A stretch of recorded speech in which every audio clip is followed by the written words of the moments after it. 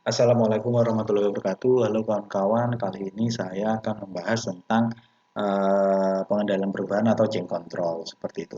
Jadi change control ini biasanya merupakan bagian dari quality assurance atau pemastian mutu atau bagian dari departemen pemastian mutu yang bertugas untuk mengendalikan perubahan atau change control itu sendiri.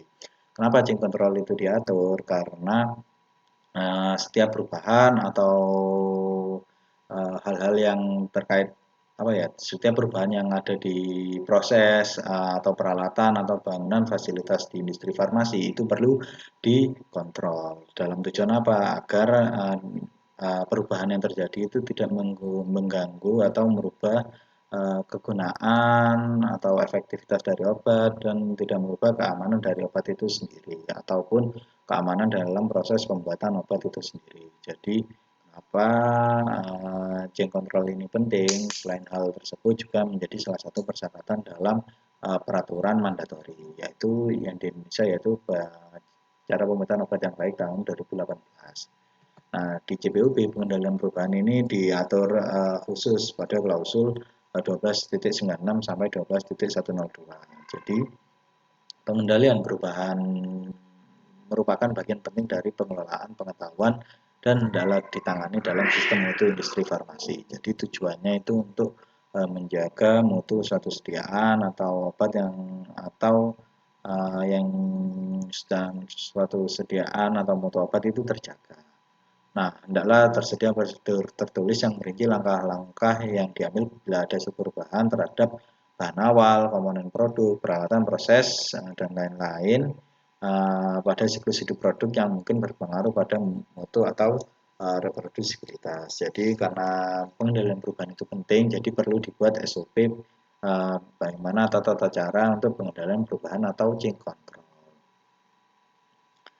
Uh, jadi teman-teman bisa melihat di sini kalau apa namanya change control itu berguna untuk mengendalikan perubahan. Nah, ini perlu ada SOP-nya, terus kemudian apabila berkaitan dengan departemen lain, maka itu juga perlu diatur. Nah, di sini dijelaskan kalau perubahan adalah diautorisasi dan disetujui oleh personil yang bertanggung jawab atau personil fungsional terkait sesuai dengan yang tercantum pada sistem mutu industri farmasi.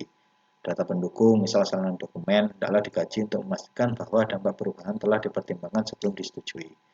Kemudian setelah diimplementasi dan bila sesuai, hendaklah dilakukan evaluasi efektivitasnya untuk memastikan bahwa perubahan tersebut telah berhasil. Jadi ketika ada change control itu perlu dikaji. Jadi contoh realnya semisal ini pada departemen produksi terdapat alat mixer atau mixing dari untuk sebelum kita proses pencetakan granul atau alatnya itu mixer. Nah, mixernya itu sendiri atau agitatornya itu terdapat kerusakan. Nah, ketika ada kerusakan maka itu diganti dengan agitator yang baru atau alat pengaduk yang baru. Nah, alat pengaduk yang baru ini ketika kita akan menggunakan alat pengaduk baru ini maka sebelum kita pasang kita perlu membuat change control terlebih dahulu atau mengajukan change control atau perubahan.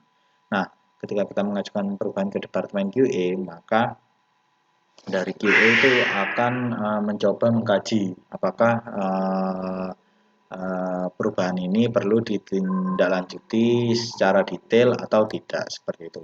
Apabila dari QA biasanya itu menyebarkan formulir yang mana akan ditinjau oleh beberapa departemen terkait, misal departemen validasi atau bagian kevalidasi kualifikasi. Nah, misal karena mengapa? Karena saat mixing awal alat yang pengaduk yang digunakan itu tip mereknya A. Nah, ketika ada merek baru, maka akan terdapat perubahan. Nah, perubahan itu pastinya akan merubah beberapa dokumen terkait, misal dokumen IQ, karena saat di dokumen IQ yang awal menggunakan tipe A, tapi karena ada perubahan menggunakan tipe B. Jadi dari dokumen IQ-nya itu perlu naik revisi agar terdapat kesesuaian antara yang digunakan di lapangan dengan dokumen yang terdokumentasi atau yang tersimpan seperti itu. Jadi kita perlu semisal dari produksi melaporkan kepada departemen QA, departemen QA akan sharing ke beberapa departemen terkait untuk dilakukan justifikasi atau kajian resiko atau penilaian mutu resiko seperti itu. Jadi ketika ada perubahan apakah itu bersifat minor, mayor ataupun kritikal, jadi itu perlu dikaji ulang. Nah, apabila bersifat kritikal atau mayor, maka perlu ditinjau lagi apakah perlu dilakukan kualifikasi ulang atau validasi ulang apabila berkaitan dengan proses seperti itu.